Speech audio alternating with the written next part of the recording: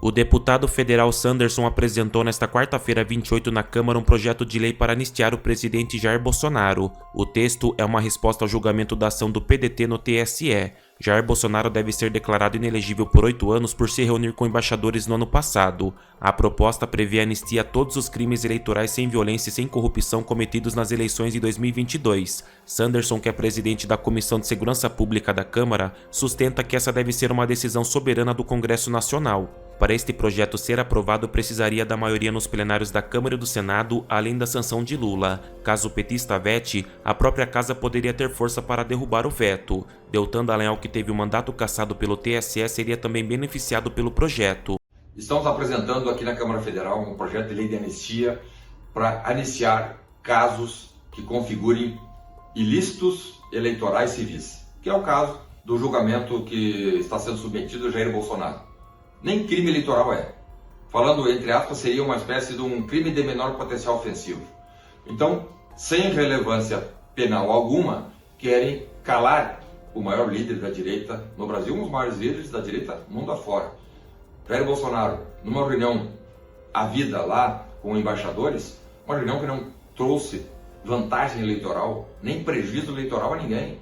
Por isso, em sendo confirmado o julgamento, condenando Jair Bolsonaro e a pena é de inegibilidade por 8 anos, teremos um projeto de lei de anistia cumprindo requisitos constitucionais e legais, porque não pode ser objeto de anistia crimes hediondos, tortura, racismo, terrorismo, crimes violentos, corrupção, e nós estamos colocando no texto do projeto alguns requisitos objetivos para evitar a relação do projeto de anistia com corrupção, com improbidade administrativa, com caixa 2, com lavagem de dinheiro. Então, apenas situações que não tenham relação com violência ou grave ameaça, com crimes hediondos, com corrupção, com improbidade, com desvio de dinheiro público, poderão serem abarcados pelo projeto de lei que estamos apresentando aqui na Câmara Federal.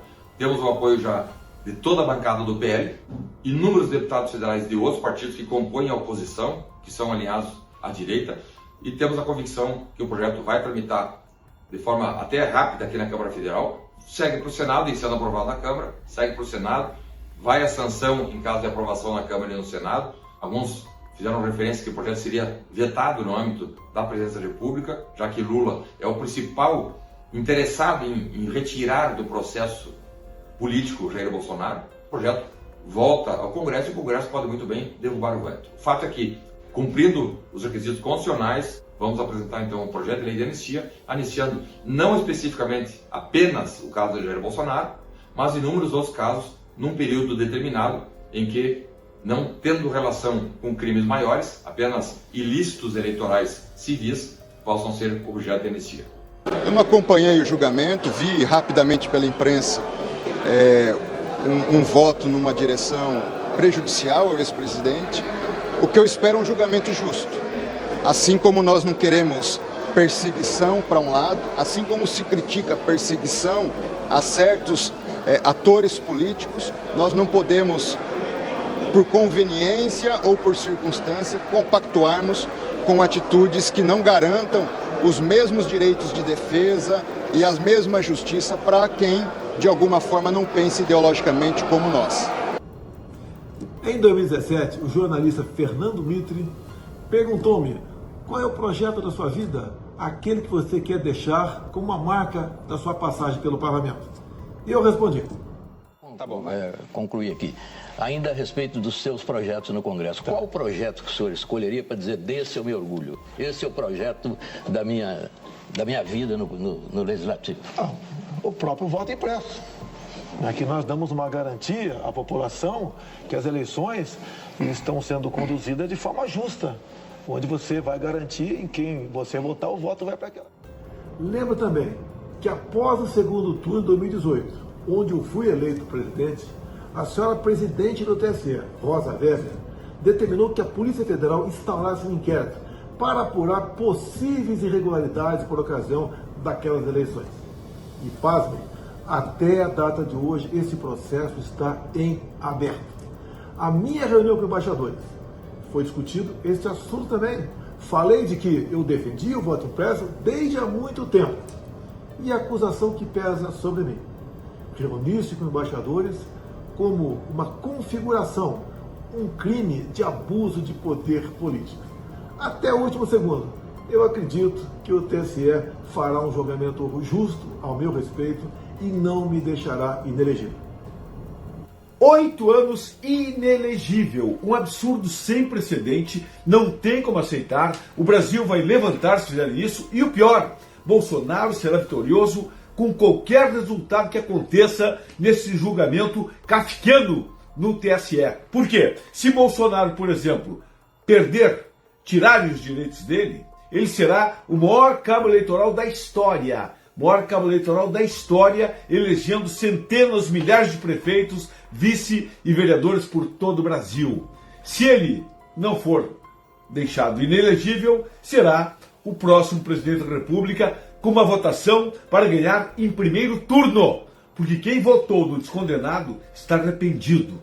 Viu que não tem o menor fundamento. E você fica sabendo que eu estou bloqueado no Face, que eu chego aos 450, 500 e volta. O máximo que eu chego são a 500. 500 chegou em segundos, depois tranca. Estão trancando aí. Mas vá você compartilhando. Se não me segue, me siga, que eu quero muito a sua participação, você junto comigo. Então vamos torcer, vibrar, para que tenha uma faísca mínima de justiça nos ministros do TSE e façam a justiça não tirando os direitos, não tirando o direito de se candidatar. Bolsonaro não pode ficar inelegível. Não vamos permitir. Essa é uma injustiça das maiores da história.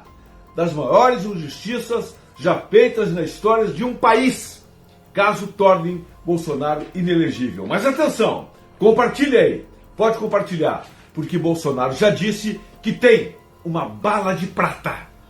E a bala de prata vem. Bolsonaro, na minha opinião, será o próximo presidente do Brasil para o bem do país, que o Brasil está indo hoje rumo à Venezuela. Estão querendo acabar com tudo. Agora, novidade, o Ministério Público Federal de São Paulo quer caçar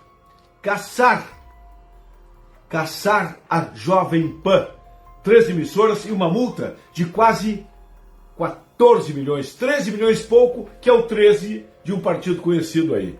A multa para o PL foi 22, o número do PL. Agora uma multa de 13 milhões e pouco para a Jovem Pan, que querem caçar a outorga, que é o que dá os direitos para que use a concessão pública de rádio e televisão. A Jovem Pan, os seus comunicadores expressam a sua opinião. Se alguém se sentir ofendido, a sua honra, entre na justiça. Código Penal tem aí para isso.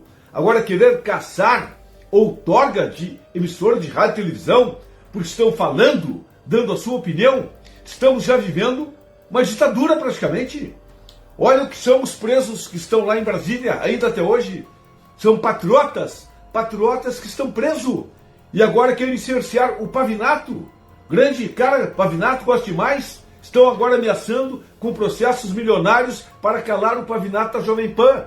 Querem fazer isso. Estamos vivendo, de fato, uma ditadura. Um governo despótico, num período despótico, que é o contrário da utopia. Estamos vivendo repressão, falta de liberdade, cerceamento de fala. Estamos assim numa praticamente Venezuela. E é o que o PT quer. É o que a esquerda quer, porque eles idolatram, eles veneram a Venezuela, que é o modelo de país que eles querem implementar aqui no Brasil, mas não vão levar. Bolsonaro sairá vitorioso de qualquer maneira. Se deixar inelegível, ele será o maior cabo eleitoral da história, elegendo centenas de vereadores, vice e prefeitos.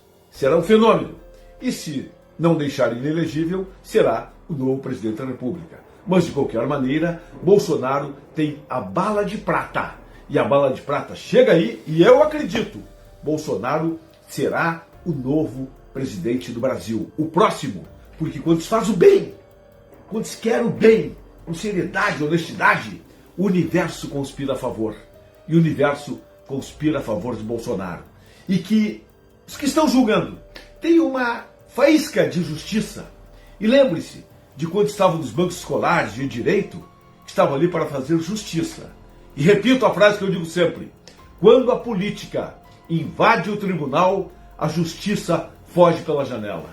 É isso que temos hoje no Brasil, infelizmente. Vamos torcer, vamos lá, e minha solidariedade à Rádio Jovem Pan, à TV Jovem Pan, aos comunicadores da Jovem Pan, porque estão tentando calar vocês. Estamos numa ditadura, estamos com um governo despótico, onde tem, inclusive, um ativismo judicial muito forte. Mas eu tenho certeza que a imensa maioria dos juízes, desembargadores do Brasil, são justos, querem justiças e não concordam com injustiças.